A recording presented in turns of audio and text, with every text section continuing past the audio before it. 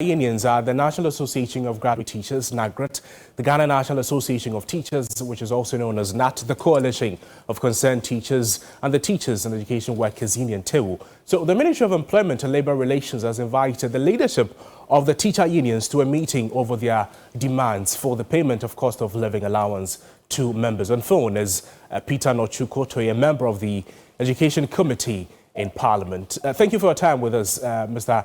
Kochu. So, has the Education Committee of Parliament been made aware of the concerns of the teachers and the demands that they're making at the moment?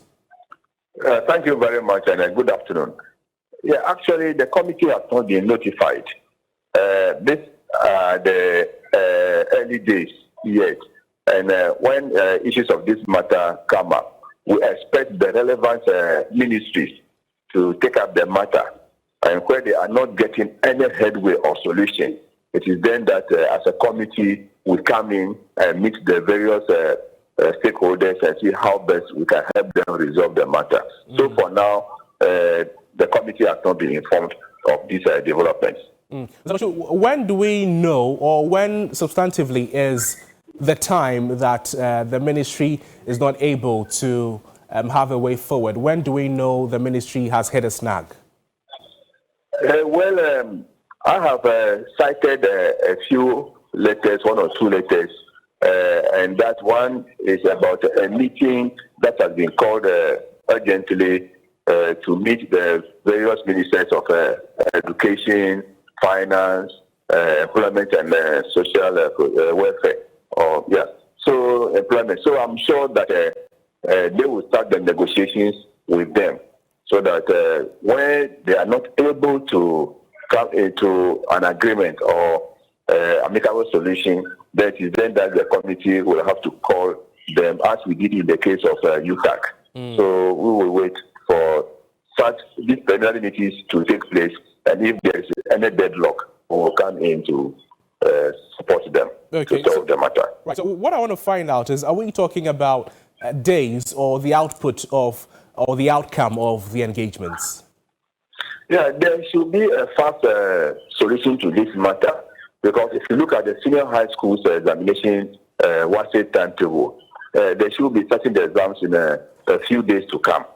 And if care is not taken, supervision and invigilation will suffer, and that will not do well for us. So I feel that the Ministry of Education and especially government should be very, very proactive in this matter, so that we can find a quick solution to the matter, so that the impasse will be resolved at no cost to anybody.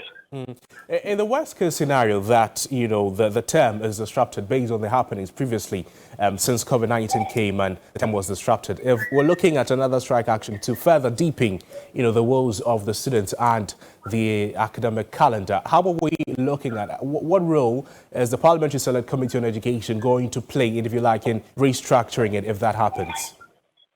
Oh, that's why we're saying that today or tomorrow they're holding an engagement. And we expect them to quickly resolve the matter. If they are not able to do so, we'll quickly come in, because we feel that we have a disrupted school calendar already. And if we don't step in or we don't do much about it, the situation will continue to aggravate, because we lost some time during the COVID, and we need to work hard so that we can recover all that they had to learn or study at school. So we are watching closely what will happen in the next 3 days. Then after that, we will come in to sit down with the relevant stakeholders. Mr. Nochu, thank you so much for your time with us on the program.